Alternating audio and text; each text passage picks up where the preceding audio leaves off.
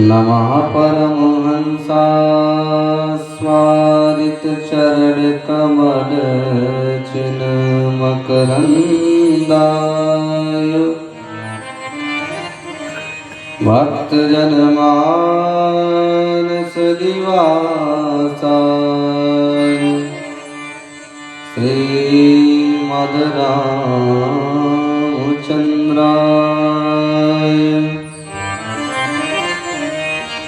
ध्येयं सदा परिभवग्नमभीष्टदोहम् तीर्थास्पदं शिवविरिञ्चिनुतं शरण्यम् मृत्यार्तियं प्रणतपालिभवाब्धिपोतम् वन्दे महापुरुषते चरणारविन्दम्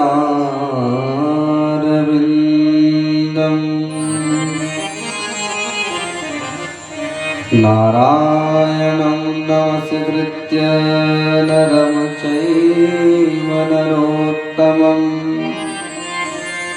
देवीं सरस्वतीं व्यासं ततो जयमुदीरये।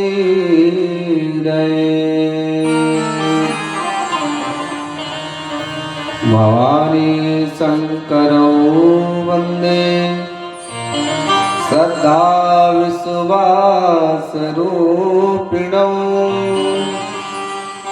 याभ्यां विना न पश्यन्ति सिद्धाः स्वान्तस्थमीश्वरम्।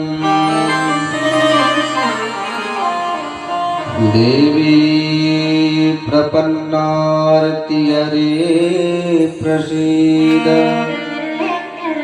प्रसीद मातर्जगतोऽखिलस्य प्रसीद विश्वेश्वरि पाहि विश्वं त्वमीश्वरी देवी चराचरस्य।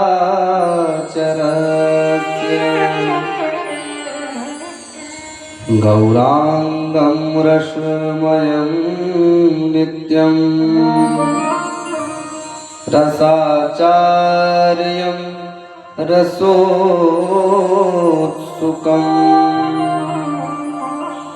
श्रीराम हर्षण देवाख्यं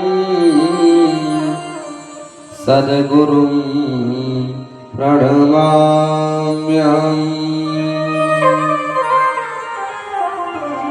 अतुलित बलधाम हेम शैलाभदेयम् दनुजवन कृशानुं ज्ञानिनामग्रगण्यम् सकल गुण निधानं वानराणामधीशम्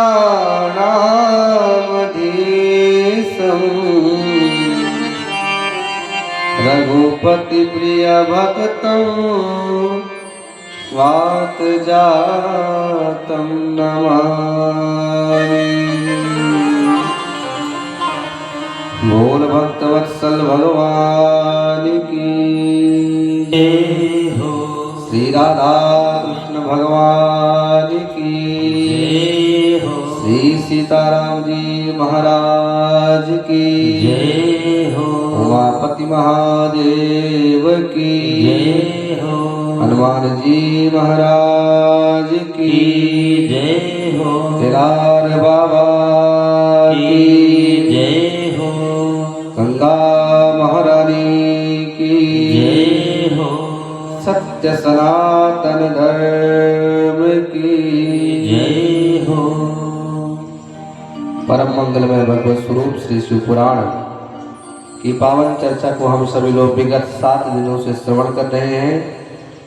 इस अष्टम दिवस की गाथा में प्रवेश करने से पहले आइए कुछ प्रभु नाम संकीर्तन तत्पश्चात भगवत चर्चा भगवत इच्छा। बोल शंकर भगवान की जय हो। भोलेनाथ भोलेनाथ भोलेनाथ भोलेनाथ भोलेनाथ भोलेनाथ भोलेनाथ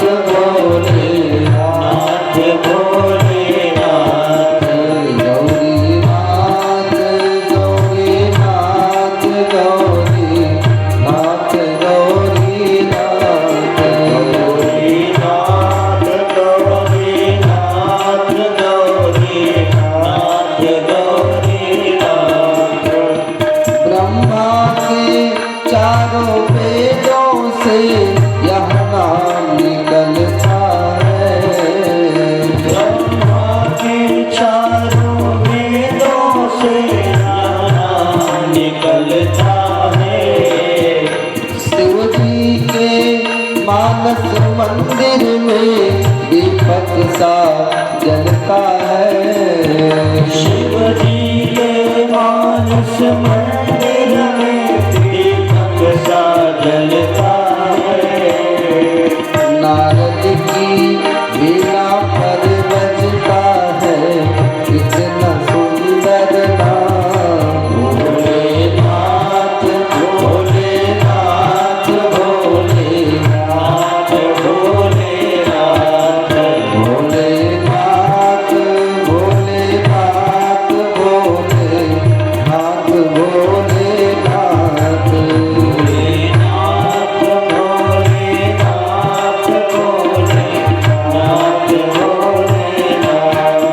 सभी लोग ताली बजाती प्रभु के नाम का संकीर्तन करें।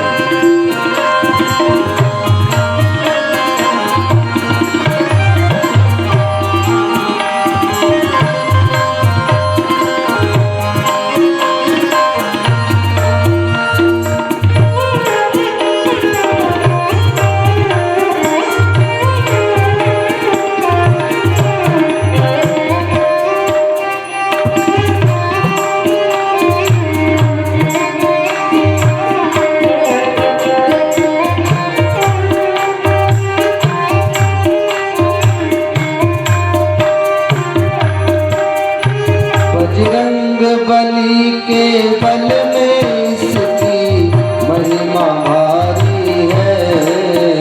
बजरंग बली के बल में इसकी महिमा भारी है।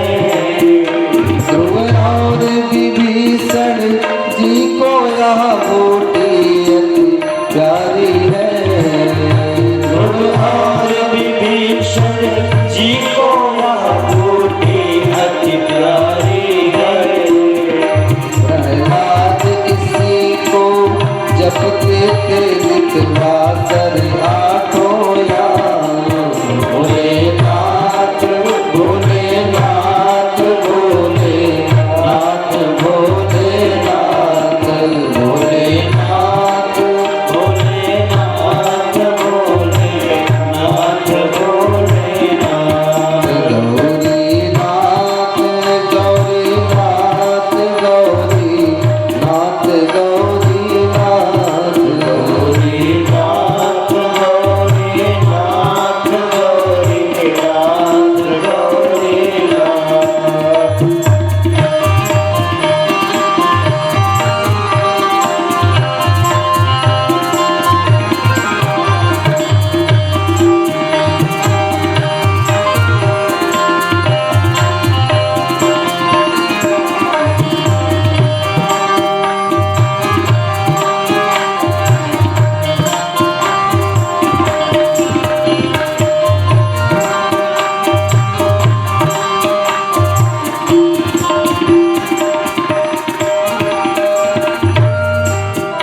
यह नाम बनाया प्रथम पूज्य गणपति जी ने पल में।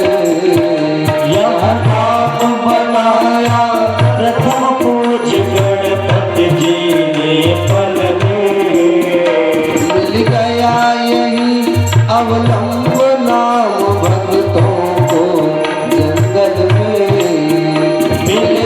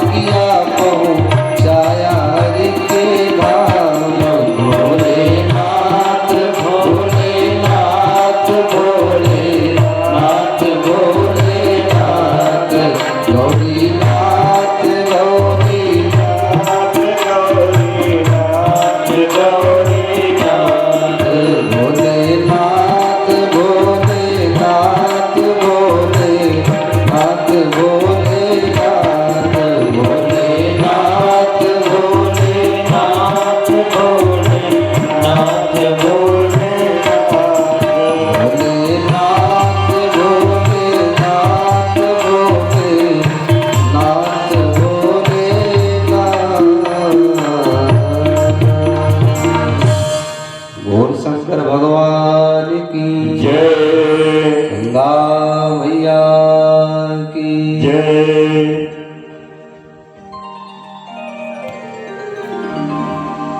एते हि सर्वे च सुरासुरा वृषम्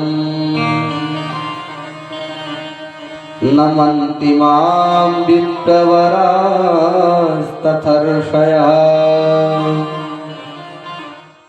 कथं ह्यसौ दुर्जनमन्महामनाः प्रभूत्या प्रेतपिशाच संवृतः। कल के पावन सत्र में हम सभी ने श्रवण किया कि भगवान भोलेनाथ ने सती को मना किया कि हे देवी, राम की परीक्षा लेने के लिए तुम कदापि ना जाओ। लेकिन मैया सती अपने पति के वचनों का पालन नहीं करती है और अंततोगत्वा अपने मन में चल रहे विविध प्रश्नों के उत्तर पाने हेतु दंडकारण्य में जाती हैं।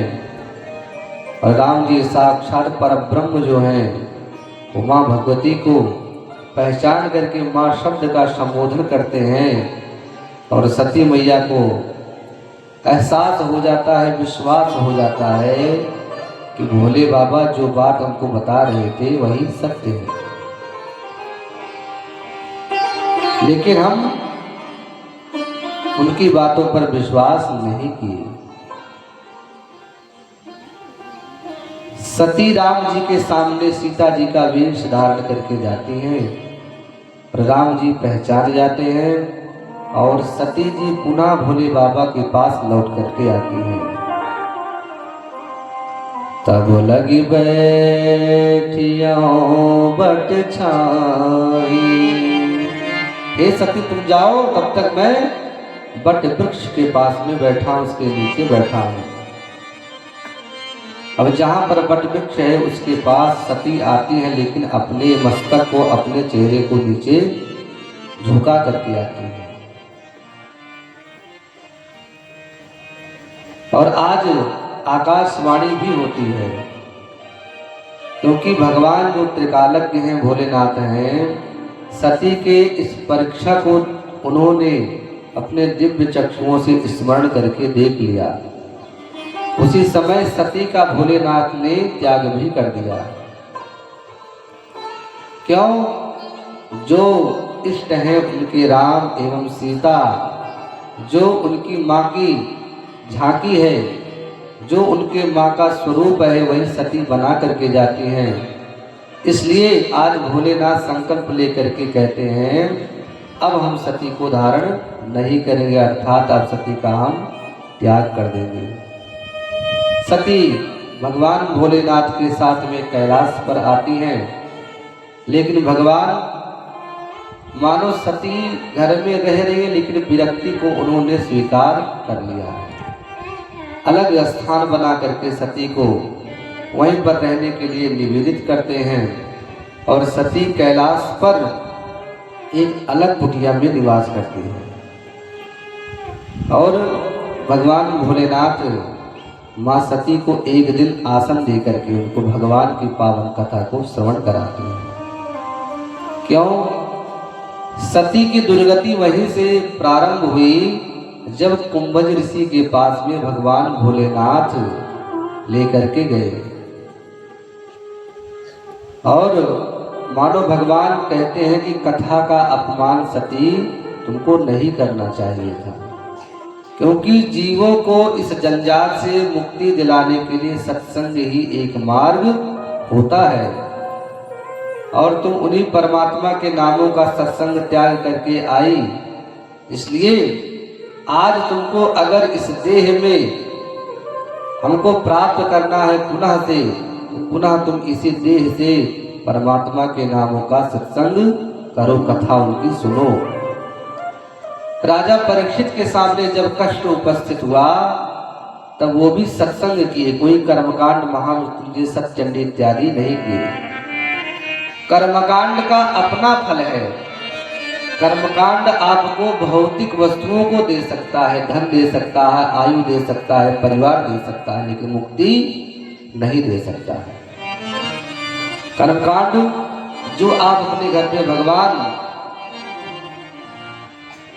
सूर्य का जप कराते हैं, नवग्रहों का जप कराते हैं, अभिषेक कराते हैं, सत्चंडी करवाते हैं, महामृत्युंजय करवाते हैं, ये भौतिक संसाधनों के प्राप्ति के लिए होता है। लेकिन जो कथा होती है ये भगवत प्राप्ति के लिए ही होती है।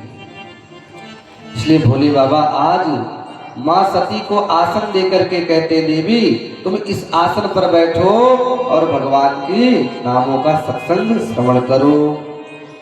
हरे लगे कहन हरि कथा रसाना, लगे कहन हरि कथा रसाना, दक्ष प्रदेश भय काला, दक्ष प्रदेश भय काला, राम नाम शिव सुमिरत लागे, राम नाम शिव सुमिरत लागे, जाने सती जगतपति जाना, जाने सती जगतपति जागे,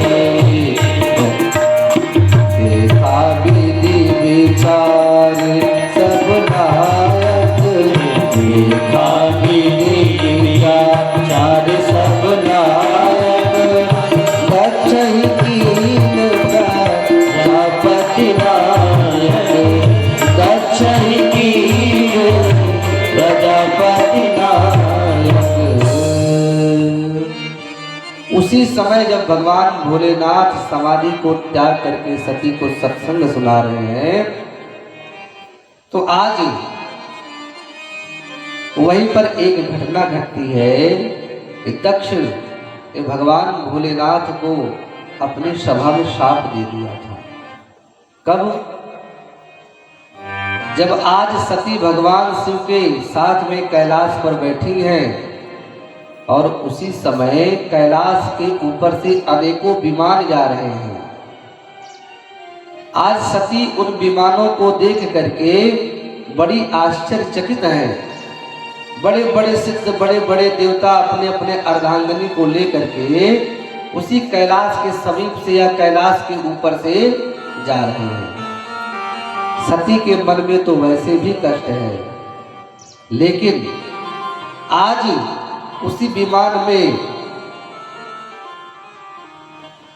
बैठे हुए अपनी बहन रोहिणी को देखते हैं और रोहिणी के पति चंद्रमा को देखती है सती। तो आज अपनी विजया नाम की सखी को बुला करके मैया सती कहती हैं, जाओ हे प्रिय सखी, जा करके तुम रोहिणी से पता लगाओ कि ये सज धज करके इतने सुबह सुबह विमान पर बैठ करके कहाँ जा रही है। तो आज मैया सती के कहने पर विजया नाम की सखी आज जाती है और रोहिणी के पास में जाकर के सारे वृत्तांत को पूछ करके आती है। आकर के मैया सती को बताया कि हे बहन, तेरे पिता कनखल हरिद्वार में एक बहुत विशाल यज्ञ कर रहे हैं और उस यज्ञ में छोटे से छोटे देवताओं को सबको निमंत्रित किया गया है। तो मैया विचार करने लगी, जो पिताजी हमको बहुत प्रेम किया करते थे, अतिशय प्रेम करते थे, आज वो भला हमको निमंत्रण देने के लिए कैसे भूल गए। और तब सती भागी भागी आज भगवान भोलेनाथ के चरणों में आकर के दंडवत प्रणाम करती है और प्रणाम करके कहती है, हे भोलेनाथ, मैंने सुना है कि हमारे पिता दक्ष जी हरिद्वार के कनखल में बड़ा भारी यज्ञ कर रहे हैं, तो क्यों ना आपकी अगर आज्ञा होवे तो हम और आप भी उस यज्ञ में चल करके उस यज्ञ को देख करके आए। लेकिन भगवान भोलेनाथ आज सती से कुछ नहीं कह रहे हैं। क्यों? क्योंकि जो सती ही उस घटनाक्रम को नहीं जानती है, तो भगवान भोलेनाथ विचार करते हैं मैंने तो दक्ष के अपमान को सुन करके मैं तो उनके अपमान को सहन कर लिया, लेकिन सती अपने पिता के द्वारा किए गए अपमान को सहन नहीं कर पाएगी। इस कारण से भोले बाबा बता नहीं रहे हैं। बार बार मैया सती कहती हैं कि हे भोले बाबा आप हमको आदेश दे दीजिए। और जब सती आज जाने के लिए एकदम उद्यत हो जाती, एकदम उत्सुक हो जाती है, भगवान भोलेनाथ कहते सती देखो मेरी बात को ध्यान से सुनो। एक बार की बात है, जब मैं आपके पिता के स्वागत समारोह में मैं भी गया था, उस समय एक घटना हुई थी। ब्रह्मा जी ने आपके पिता को दक्ष प्रजापति के पद पर जब उनका अभिषेक किया, तो उसमें एक आयोजन रखा गया था कि हम सभी लोग मिलकर के दक्ष का स्वागत करेंगे। और उसमें छोटे से छोटे देवता, बड़े से बड़े देवताओं को बुलाया गया था दक्ष का स्वागत करने के लिए। और देवी होता क्या है जानती हो, वहां पर जब हम लोग उस सभा में उपस्थित हुए, तो हम और विष्णु और ब्रह्मा एक तरफ बैठ गए और सारे के सारे देवता इधर उधर अपना स्थान लेकर के बैठ गए। लेकिन जब उस सभा में दक्ष प्रवेश कर रहा है और प्रवेश करते ही सारे के सारे देवता खड़े होकर के दक्ष की जय जयकार करने लगे। लेकिन हे देवी, मैं अपने स्थान से खड़ा नहीं हुआ और तुम्हारे पिता को इसी बात का, तुम्हारे पिता को यही बात बहुत बुरी लगी और वो हमको देख करके बहुत भला बुरा बोलने लगा।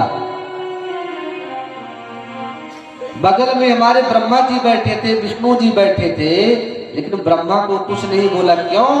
क्योंकि ब्रह्मा जी पिता हैं उनके। और विष्णु जी को इसलिए कुछ नहीं बोला कि विष्णु जी उनके कुल देवता हैं। लेकिन दक्ष ने यह विचार किया, अरे ये तो मेरा दामाद है और दामाद बेटे के समान होता है, और ये उठ करके मेरा सम्मान, मुझको प्रणाम क्यों नहीं किया। आपके पिता हमसे बस इसी बात को लेकर के दुखी है, मैं खड़ा होकर के उनका सम्मान नहीं किया। इस कारण से उस सभा में क्या हुआ जानती हो सती, आपके पिता उस भरी सभा में आज हमारी खूब बेइज्जती करते हैं और देवताओं से कहते हैं एते ही सर्वे चा सुरा सुरा वृषं नमन्ति मां विप्रवरास्तथर्षया। आज उन लोकपालों के मध्य में आपके पिता ये कहते हैं कि सच में कहा गया है कि अच्छे लोगों की सभा में किसी भी गंदे व्यक्ति को बुलाना नहीं चाहिए। आज दक्ष अपना आपा खो बैठता है। क्यों खो बैठता है? इसीलिए कि भोलेनाथ सम्मान नहीं किए। और दक्ष आज सभी लोकपालों के बीच में, देवताओं के बीच में भगवान भोलेनाथ को आज कहता है कि सबके सब लोकपाल हमको प्रणाम किए, लेकिन ये निर्लज्ज संसारवासी नरमुंडों की माला धारण करने वाला शंकर, जो भूत प्रेतों के साथ में रहता है और इसकी आंखें बंदर के समान है, लेकिन इसने मुझको प्रणाम नहीं किया। और जब खूब अनाप शनाप खूब बोल लिए इधर से उधर, तब नंदी जी से रहा नहीं गया। नंदी जी आज दक्ष को फटकारते हुए, ललकारते हुए कहते हैं, हे दक्ष, जिसे परमात्मा से ये सृष्टि संचालित होती है और जो परमात्मा समस्त देवों को भी आश्रय प्रदान करता है, उसी परमात्मा को तुम भला बुरा कह रहे हो। जाओ, मैं शाप दे रहा हूं, तुम्हारे शरीर से तुम्हारा धड़ अलग हो जाए और तुमको बकरे का सिर लग जाए। तुम ज्यादा बड़बड़ कर रहे हो, इसलिए तुमको बकरे का सिर लग जाए।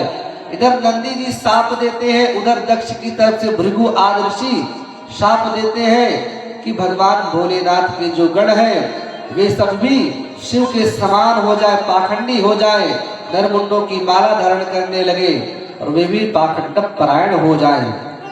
अब इधर से उधर महाराज खूब शापाधापी हुई, लेकिन देवी मैंने उस सभा में अपने बालक नंदी को समझाया और समझा करके कहा, बेटा नंदी अब तुम शांति से मेरे साथ कैलाश चलो। लेकिन जब भृगु जी महाराज ने नंदी को शाप दिया तो नंदी जी भी पुनः हाथ में जल लेकर के शाप देते हैं कि जाओ, जो चाटुकार ब्राह्मण होंगे वे भ्रष्ट हो जाएंगे और उनका जीवन पर्यंत चाटुकारता में ही व्यतीत हो जाएगा, पाखंडी हो जाएंगे ब्राह्मण। अब इस प्रकार से जब भोलेनाथ ने देखा कि भृगु के गलती के कारण समस्त ब्राह्मणों को शाप दे दिया गया, तो भगवान भोलेनाथ आज नंदी को समझाते हैं, बेटा नंदी, अरे जब तुम सभी ब्राह्मणों को शाप दे दोगे तो बेर का कार्य कौन करेगा और भगवान का आश्रय कौन ग्रहण करेगा। इसलिए भोले बाबा जब देख रहे हैं इस स्वागत समारोह को नंदी जी और भृगु जी मिलकर के शाप समारोह बना दे रहे हैं, भगवान भोलेनाथ नंदी जी को लेकर के कैलाश पर आए और सारी घटना को सती मैया को बता दिया भोलेनाथ ने। इसीलिए देवी उस दक्ष ने उस यज्ञ में संकल्प लिया कि आज से इस पृथ्वी पर कोई यज्ञ करेगा तो उसमें भगवान शंकर का स्थान नहीं होगा। लेकिन मैया सती कहती है, हे भोले बाबा, मैं जानती हूं कि मेरे पिता कितने उदार हृदय वाले हैं। अरे हो सकता है उनको क्रोध आ गया हो तो आपको कुछ बोल दिए हो, लेकिन मेरे पिताजी हमको बहुत स्नेह करते, बहुत प्रेम करते हैं। शास्त्र कहते हैं माताओं का जो हृदय होता है, मायका चाहे अच्छा होवे चाहे बुरा होवे, लेकिन मायके से प्रेम परस्पर रहता है। इस कारण से सती कह रही है भोले बाबा को, हे भोले बाबा, मैं मानती हूं कि कभी कुछ हो गया होगा, लेकिन मेरी बात मानो, आप हमको आज्ञा दीजिए और हम दोनों जब साथ में चलेंगे तो हमारे पिताजी अपने जब बिटिया और दामाद को देखेंगे एकदम प्रसन्न हो जाएंगे। लेकिन भोले बाबा समझाते, देवी सती, तुम्हारे पिता ने जानबूझ करके हमको निमंत्रण नहीं दिया है, हमको नीचा दिखाने के लिए ऐसा किया है। लेकिन प्रेम के वशीभूत होने के कारण सती आज भोले बाबा की बात को मान नहीं रही है। बार बार भोले बाबा समझा रहे हैं कि हे सती, जहां पर कोई प्रेम से ना बुलावे वहां पर कदापि जाना नहीं चाहिए। और बार बार आकाश मंडल की ओर देख रही है और तुलसीदास जी लिख रहे हैं, सती बिलोकत व्योम विमाना, सती बिलोकत व्योम विमाना, सती बिलोकत व्योम विमाना, सती बिलोकत व्योम विमाना, जाते चले सुंदर विधाना, जाते चले सुंदर विधाना, सती बिलोके व्योम विमाना, सती बिलोके व्योम विमाना, जाते चले सुंदर विधाना, जाते चले सुंदर विधाना। अब सती भगवान भोलेनाथ से तो वार्तालाप कर रही है, लेकिन उनकी नजरें ऊपर विमान पर भी अड़ी हुई है। जितने जितने विमान आज कैलाश पर्वत के पास से गुजर रहे हैं, जा रहे हैं, सती के हृदय में उतनी हलचल आज बढ़ती जा रही है कि कितनी जल्दी मैं अपने मायके पहुंच जाऊं। भगवान भोलेनाथ कहते, देवी जदपि मित्र प्रभु पितु गुरु गेहा, जाय बिन बोलेहु ना सनेहा। और अंत में कहते, मैं सती जानता हूं कि गुरु के यहाँ, पिता के यहाँ, मित्र के यहाँ अगर निमंत्रण ना भी मिले तो जा करके वहां हमको जो कुछ भी कार्य है संपादित करना चाहिए, उसमें भाग लेना चाहिए। लेकिन अगर हमारे जाने से वहां पर कोई प्रसन्न ना होवे तो ऐसी जगह पर सती नहीं जाना चाहिए। भगवान भोलेनाथ आज सती को अपने से दूर होना ही नहीं देना चाहते हैं। क्यों? क्योंकि भोलेनाथ को पता है सती आदि शक्ति है, और आदि शक्ति के सामने अगर दक्ष कोई अनाप शनाप कार्य करेगा तो सती अपने आप को रोक नहीं पाएंगी। भगवान भोलेनाथ होली को टालना चाहते हैं और सती को छोड़ना नहीं चाहते हैं, लेकिन बार बार सती आज विमान को देखते हुए जा रही है और बहुत दुखी हो रहे भोले बाबा। बार बार समझन सती, तदपि विरोध मान जह कोई, तदपि विरोध मान जह कोई, तदपि विरोध मान जह कोई, तदपि विरोध मान जह कोई, कहाँ गए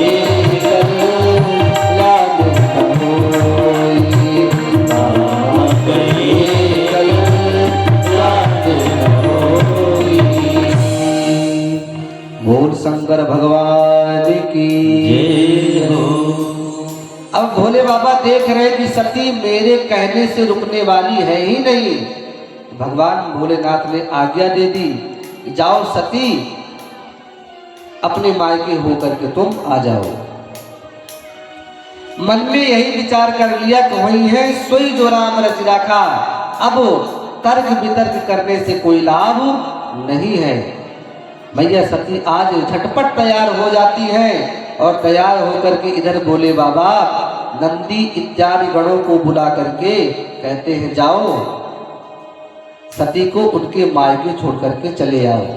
और इधर भोले बाबा आंख बंद करके बैठ जाते हैं। हो सकता है सती हमको नाराज समझ करके ना जाए, लेकिन भोले बाबा आंख बंद करके देख रहे हैं कि सती है कि चली गई। अब जब सती थोड़ी दूर गई तो भोले बाबा देख रहे, हो सकता है सती अब वापस आ जाए।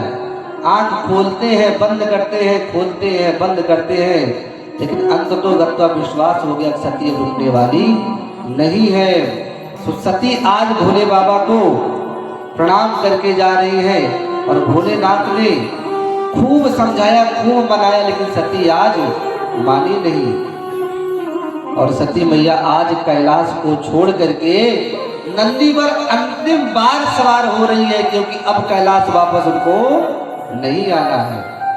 भोले बाबा इस बात को समझ करके एकदम मन में विश्वास करके आज मानो अपने हृदय पर पत्थर रख करके बैठ गए कि ये सती का हमको अंतिम दर्शन है।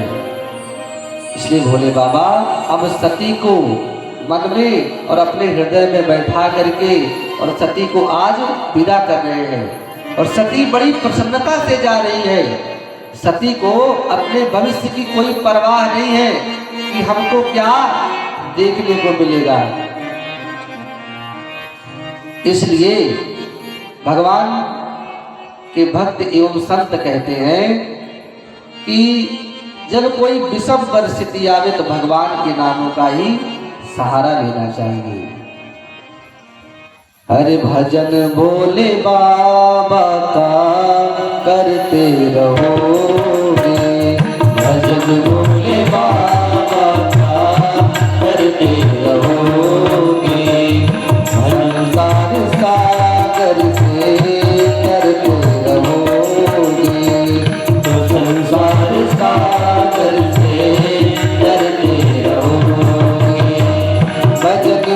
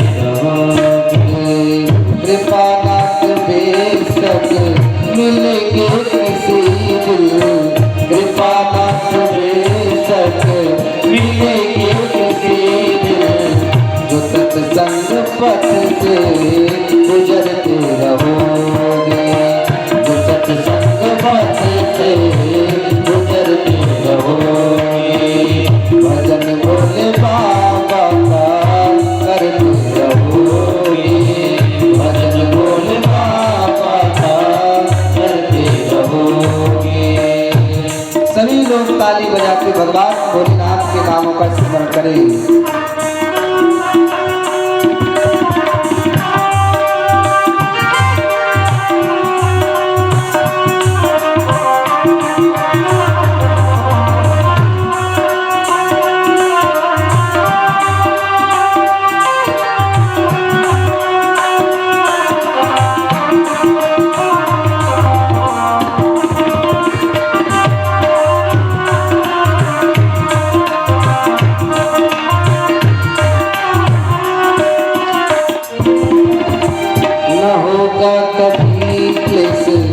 मन को तुम्हारे न होगा कभी क्लेश, मन को तुम्हारे न होगा कभी क्लेश, मन को तुम्हारे न होगा कभी क्लेश, मन को तुम्हारे जो अपनी बड़ाई से करते रहोगे, जो अपनी बड़ाई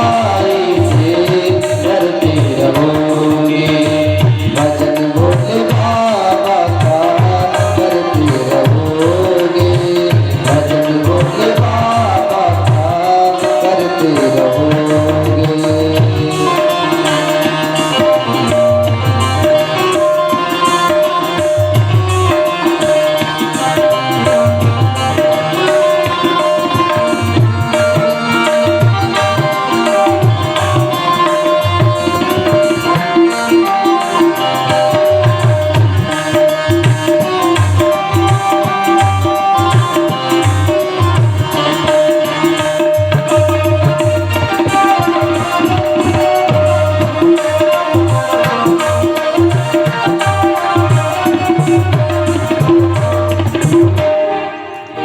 शंकर भगवान की जय हो।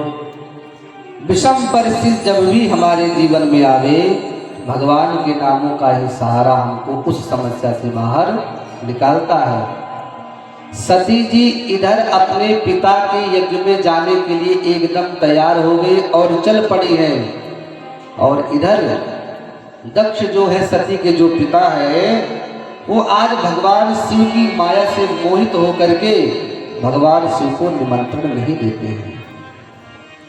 आज अपनी यज्ञ में छोटे से छोटे देवताओं को, बड़े से बड़े देवताओं को भी निमंत्रण दिया है। ब्रह्मा को निमंत्रण दिया, विष्णु को दिया, इंद्र को दिया, अग्नि को दिया, वरुण को दिया, कुबेर को दिया, विश्वदेव को दिया, छोटे से छोटे सभी देवताओं को निमंत्रण दिया। और यहाँ तक कि उन बड़े से बड़े महात्माओं को भी बुलाया, वशिष्ठ को बुलाया, अगस्त को बुलाया, भृगु को बुलाया, मरीच को बुलाया, सबके सब महात्माओं को भी बुला लिया और भगवान को भी बुला लिया, लेकिन भोलेनाथ को नहीं बुलाया। और इधर सती बड़ी प्रसन्नता से जाना चाहती है कि अभी मेरे पिताजी हमको जब देखेंगे एकदम प्रसन्न हो जाएंगे, लेकिन सती को इन सब बातों का कोई भरोसा नहीं है। बोल शंकर भगवान की जय हो। और इधर सती महारानी कैलाश को छोड़ करके कनखल की ओर प्रस्थान कर चुकी है, और लेकिन इधर उस दक्ष की यज्ञ के मध्य में दधीच जी आते हैं।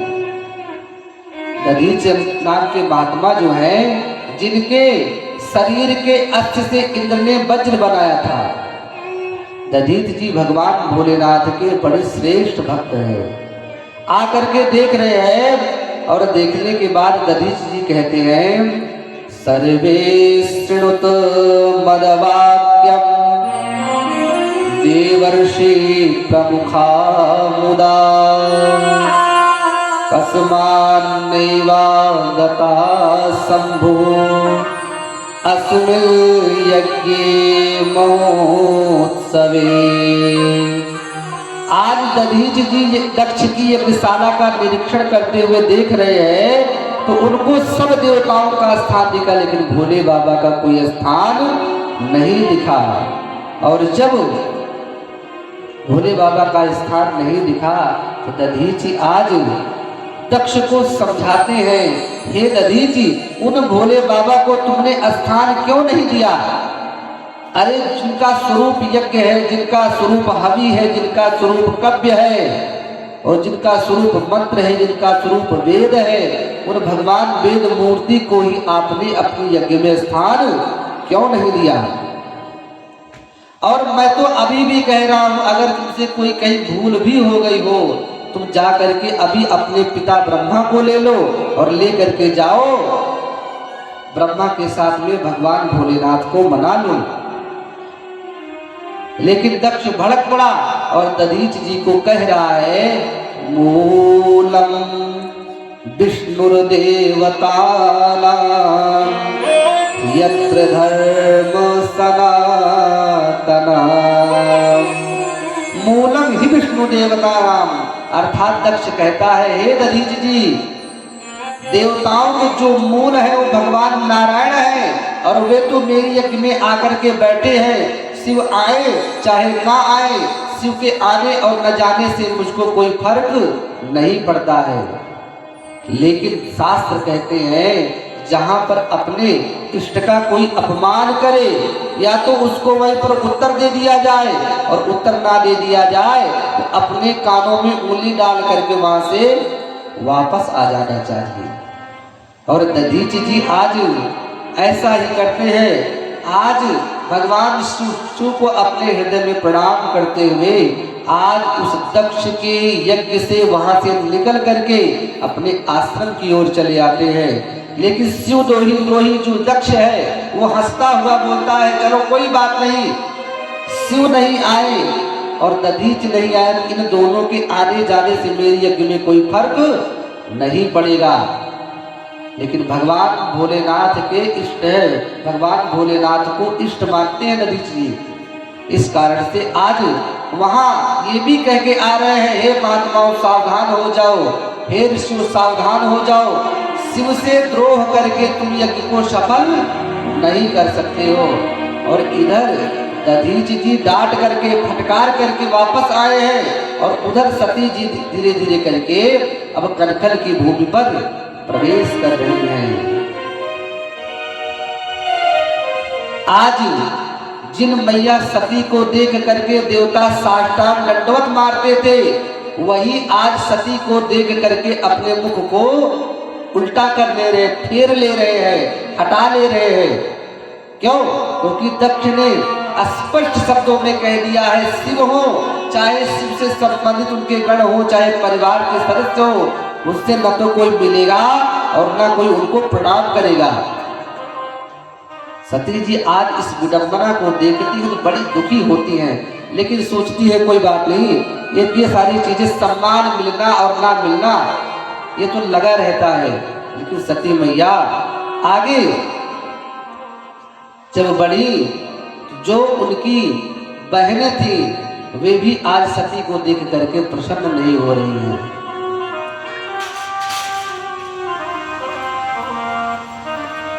सादर भले मिली एक माता, भगनी मिली बहुत मुस्कुराता। आज बहनें सती को मिल करके हंसते हुए मानो व्यंग कस रही है। बताओ, देखो सती को निमंत्रण भी नहीं मिला, तब भी अपने पिता के यहाँ बिना बुलाए सती चली आई है। लेकिन सती को आज देख करके कोई प्रसन्न नहीं हो रहा है और सती भी वहां के वातावरण को देख करके आज एकदम दुखी हो गई है। और दुखी होने के बाद में सती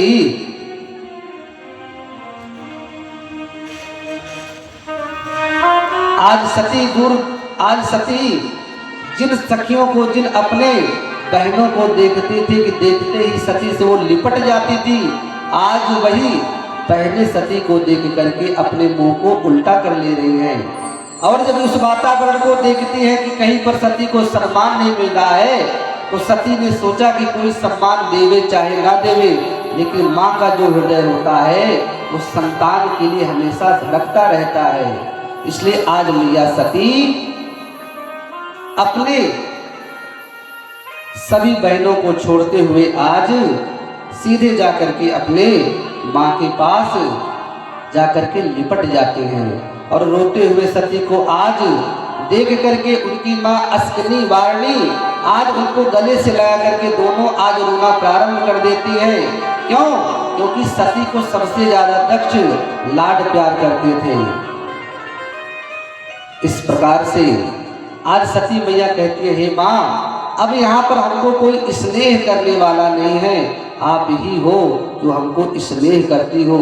इसलिए हे माँ, आप हमको अपने इस गोदी में बैठा लो, क्योंकि अब मुझको अपने पिता से कोई प्रेम नहीं मिल रहा है। इसलिए हे माँ, आप हमको गले से लगा लो। अगर माने ममता लुटाई न होके तो ममता मई माँ कहाई न होती। आज अपने माँ के वक्षस्थल से लग करके सती रोती है और मैया अस्कनी रोती है, और दोनों रोते हुए धीरे धीरे करके सती को समझाया। लेकिन सती माँ के पास से निकल करके अब उस यज्ञ की तरफ जा रही है जहां पर आज दक्ष समस्त देवी देवताओं को स्थान दे करके बैठे हैं। और वहीं पर जब मैया सती जाती है, देखती है कि सबके सब देवता आज सती को कोई सम्मान नहीं दे रहे हैं। लेकिन जब मैया आज अपने पिता के सन्निकट पहुंचती है, तुलसीदास जी लिखते हैं, हर दक्ष न कछु पूछी कुशलाता, दक्ष न कछु पूछी कुशलाता, दक्ष न कछु पूछी कुशलाता, दक्ष न कछु पूछी कुशलाता, सती दिलों की जरे सब गाता, सती दिलों की जरे सब गाता। सती जाएंगे क्यों तब जागा, सती जाएंगे क्यों तब जागा, कतहु न देख शंभु कर भागा, कतहु न देख शंभु कर भागा, कतहु न देख शंभु कर भागा। अभी तक जो भी अपमान हुआ सती ने सब सहन कर लिया, लेकिन जब आज देख रही है भगवान भोलेनाथ को यज्ञ में भाग ही नहीं मिला है, तो तब तो अब भगवान भोलेनाथ की अर्धांगिनी मैया सती का पारा चढ़ गया। और आज सभी सभासदों को विष्णु आदि समस्त देवी देवताओं को संबोधित करते हुए कहती है, अरे सुनहु सभासद सकल मुनिंदा, सुनहु सभासद सकल मुनिंदा, सुनहु सभासद सकल मुनिंदा, सुनहु सभासद सकल मुनिंदा, कहीं सुनी तिन शंकर निंदा, कहीं सुनी तिन शंकर निंदा, हो पल तुरंत लाभ सब खाओ, हो पल तुरंत लाभ सब खाओ, भले भांति पछताओ पिताओ, भले भांति पछताओ पिताओ, भले भांति पछताओ पिताओ, भले भांति पछताओ पिताओ। आज मैया सती क्रोध करते हुए समस्त सभासदों को देवताओं को ललकारते हुए कहती है, तुमने भगवान शंकर का अपमान किया है, इसलिए हे सभासदों ध्यान से सुनो और कान खोल करके सुनो, अब तुम्हारी खैर नहीं है। और मैया सती आज सभासदों को धिक्कारते हुए डांटते हुए आज अपने पिता को भी डांटती है। क्यों? क्योंकि आज अपने पिता की तरफ मुखमंडल को करते हुए कहते, हे पिता, आज तक तुम इसीलिए बचते थे कि मैं भगवान भोलेनाथ की अर्धांगिनी थी, लेकिन अब मैं ही नहीं रहूंगी तो भगवान भोलेनाथ तुमको छोड़ने वाले नहीं है। और इस प्रकार से आज माँ भगवती सती अपने अंतःकरण भगवान भोलेनाथ का स्मरण करते हुए आज योगाग्नि को धारण करती है। योगाग्नि को धारण करने के बाद माँ भगवती सती योगाग्नि में जल करके भस्म हो जाना चाहती है। और अंत तो गत्वा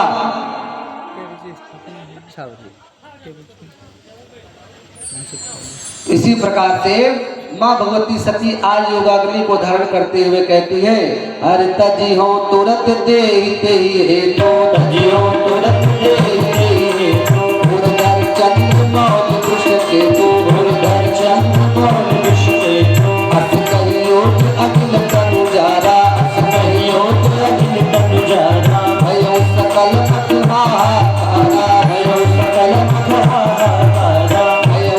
सकल मत हाहाकारा, भयो सकल मत हाहाकारा। माँ भगवती सती योगाग्नि को धारण करके अपने शरीर को दग्ध कर देती है और बैठे हुए सभी सभासदों का मन विचलित हो उठता है। और अंततो गत्वा जो भगवान के गण हैं, मैया सती को अपनी माँ को जलता हुआ देख करके दुखी हो करके कुछ गण तो अपने ही अस्त्र शस्त्र से अपने आप को ही काट देते हैं, मार डालते हैं, और कुछ गण तो क्रोधित होकर के अब दक्ष की यज्ञशाला पर कूद पड़ते हैं। लेकिन भृगु नाम के महात्मा मंत्रों को प्रयोग करके एक विभु नाम का राक्षस प्रकट करते हैं। उस राक्षस के माध्यम से समस्त गणों को मार करके भगा देते हैं। और इधर माँ भगवती सती आज योगाग्नि में जल चुकी है और उधर भगवान भोलेनाथ को सारे समाचार का पता लगा और भगवान भोलेनाथ आज गणों के द्वारा पता चलने पर नारद का स्मरण करते हैं और नारद जी के द्वारा समस्त आज समाचार को पाते हैं। अरे समाचार शंकर सब पाए, समाचार शंकर सब पाए, वीर भद्र करि कोप पठाए, वीर भद्र करि कोप पठाए, जग जग धंस जाए तिनकी नाथ, जग धंस जाए तिनकी नाथ, सकल सुरन विधिवत फल देना, सकल सुरन विधिवत फल देना, सकल सुरन विधिवत फल देना, सुरन विधिवत फल देना। भगवान भोलेनाथ को समाचार अर्थात पता चलता है। भगवान अपने जटा में से एक बाल निकाल करके उसी कैलाश पर पटकते हैं तो 3 जीव उत्पन्न होते हैं, एक वीरभद्र, एक महाकाली, एक ज्वर नाम का दैत्य प्रकट होता है। और तीनों को भगवान भोलेनाथ आदेशित करते हैं, असंख्य गणों को लेकर के आज दक्ष की यज्ञ की ओर कूच कर देते हैं और अंततो गत्वा आज दक्ष की यज्ञ का विध्वंस कर देते हैं और भृगु की दाढ़ी को पकड़ करके आज वीरभद्र जी उखाड़ लेते हैं और दक्ष के सिर को काट करके उसी यज्ञ कुंड में स्वाहा कर देते हैं। तो भगवान भोलेनाथ जब उनको पता चला कि अब सती नहीं है, भगवान भोलेनाथ वैराग्य को धारण कर लेते हैं और यहीं पर उनको मोह और माया से विरक्ति हो जाती है। अब कहीं भी किसी प्रकार से भगवान भोलेनाथ उन्हीं सती के दग्ध शरीरों को लेकर के भ्रमण किया करते हैं। और उसी काल में एक तारकासुर नाम का दैत्य होता है जिसको मारने के लिए देवता बहुत प्रयास करते लेकिन मार नहीं पाते हैं। और अंततो गत्वा भगवान भोलेनाथ से निवेदन किया जाता है, हे भोलेनाथ आप दूसरा विवाह करें, नहीं तो ये तारकासुर हम सबको जीने नहीं देगा। अब यहीं पर ब्रह्मा जी महाराज नारद जी को कथा श्रवण करा रहे हैं। आज कथा कुछ विघ्नों के कारण से बड़े विलंब से प्रारंभ हुई और अभी पूजन का विशेष कार्य होना बड़ा बाकी है। इस कारण से सिर्फ 1 घंटे में आपको सूक्ष्म तरीके से हमने सती जी के प्रसंग को सुनाया, लेकिन कल के प्रसंग में भगवान भोलेनाथ का विधिवत हम विवाह श्रवण कराएंगे आपको। और कल के प्रसंग में हम सभी लोग भगवान भोलेनाथ के पार्थिव स्वरूप का विधिवत पूजन करेंगे। अब हम सभी लोग यहीं पर भोलेनाथ के नामों का कीर्तन करेंगे और उसके पश्चात आरती। बोल शंकर भगवान की जय हो। हर हर महादेव शंभो काशी विश्वनाथ गंगे, हर हर महादेव शंभो काशी विश्वनाथ गंगे, हर हर महादेव शंभो काशी विश्वनाथ गंगे, हर हर महादेव शंभो काशी विश्वनाथ काशी विश्वनाथ गंगे, माता पार्वती संगे, काशी विश्वनाथ गंगे, माता पार्वती संगे, हर हर महादेव शंभो काशी विश्वनाथ गंगे, हर हर महादेव शंभो काशी विश्वनाथ गंगे, हर हर महादेव शंभो काशी विश्वनाथ गंगे, हर हर महादेव शंभो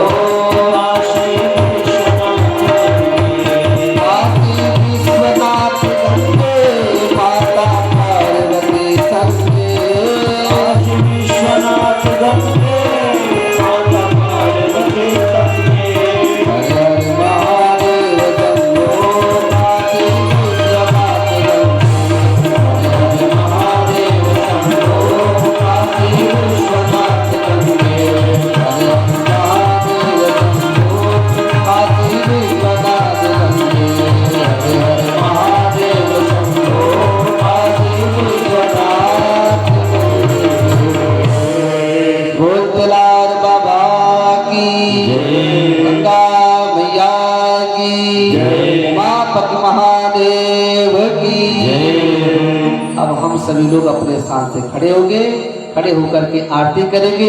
भगवान भोलेनाथ की प्रतिष्ठा होगी, पूजन होगा और पांव पूजी का कार्यक्रम प्रारंभ होगा। इस कारण से कथा आज 1 घंटे ही हुई। अब कल के सत्र में आप सभी लोग ज्यादा से ज्यादा संख्या में आएंगे, क्योंकि कल के सत्र में भगवान भोलेनाथ के 1.25 लाख पार्थिव शिवलिंग का पूजन है।